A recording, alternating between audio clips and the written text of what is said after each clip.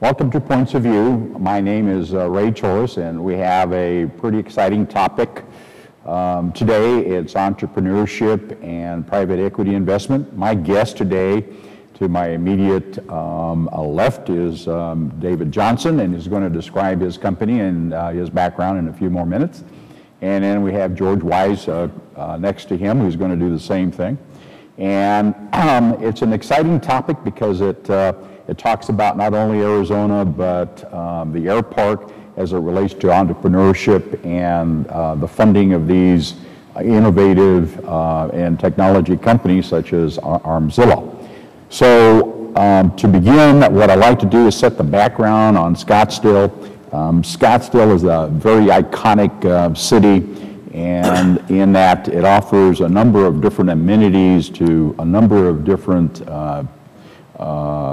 population. The entrepreneurship takes advantage of many of the amenities, as do our tourists, and as do others who live here year-round. So Scottsdale has signature events. Scottsdale has auto auctions. It has a number of different things, and we're moving to get professional tennis into Scottsdale, which we once had, not only for the men, but for the women. So the amenities are great for companies that want to locate to Scottsdale, and what we're interested in and the discussion we're going to have today is how we can bring more venture capital or private equity investment into Scottsdale, and how we can attract more technology companies into the airport. That's the essence it's going to be. Scottsdale, for example, is having its 60th anniversary. It's having a 60-60 celebration events over the next 60 days. I took the liberty, after having conversation with you, David, to present you to the city of Scottsdale as one of those innovative private sector firms that they ought to consider, so that you're showcased during the 60-day celebration. So that leads me to what attracted you to Scottsdale? Well, I mean, what was desirable about ArmedZilla and you being in Scottsdale? Well, first of all, who wouldn't want to live in Scottsdale? Everybody who comes on vacation ends up moving there at one point in time.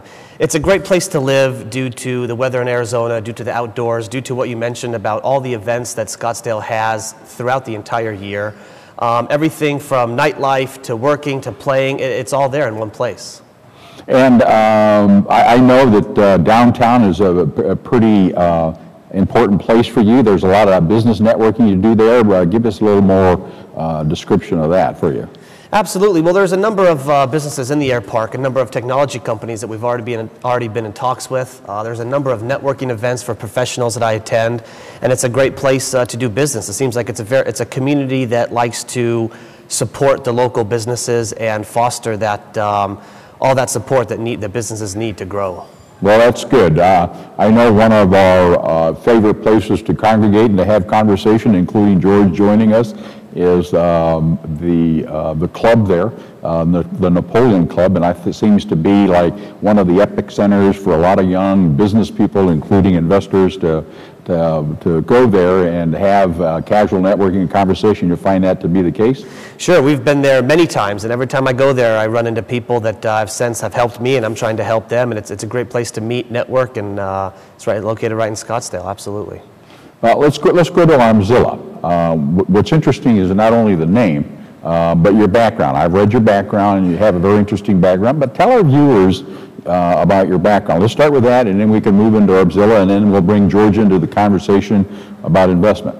Sure. My background, I was born in the Middle East because my father worked over there, so ultimately spent about 12 years in the Middle East. I grew up speaking Arabic, and halfway through my senior year of high school, I walked into the recruiter's office and I said, "Hey, I speak Arabic, I want to join the Army." And graduated, and off to the Army I was.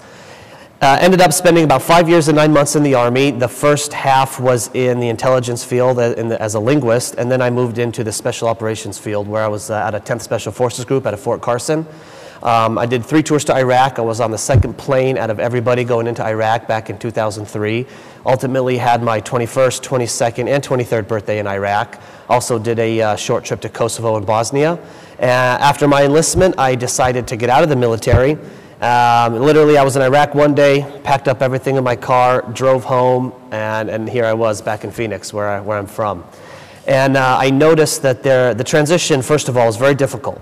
And there's roughly 280,000 personnel departing military service, entering the civilian community every year. Not to mention the 24 million veterans that already exist. And the transition can be difficult, and even veterans that have been out for 10 years still want to relate back to their military times. So long story short, I was in a meeting one day with this gentleman and he said, "Hey David, did you know there's 600,000 veterans in Arizona?" And I believe according to the 2010 Census Bureau, there are 21,000 veterans just in Scottsdale. That's correct. And I thought to myself, that's such a large number. There needs to be an online community that caters to us. And when I say us, I mean military, veterans, family members, and people that actively support the military. Believe it or not, it's 100 million people total. So I started doing some research.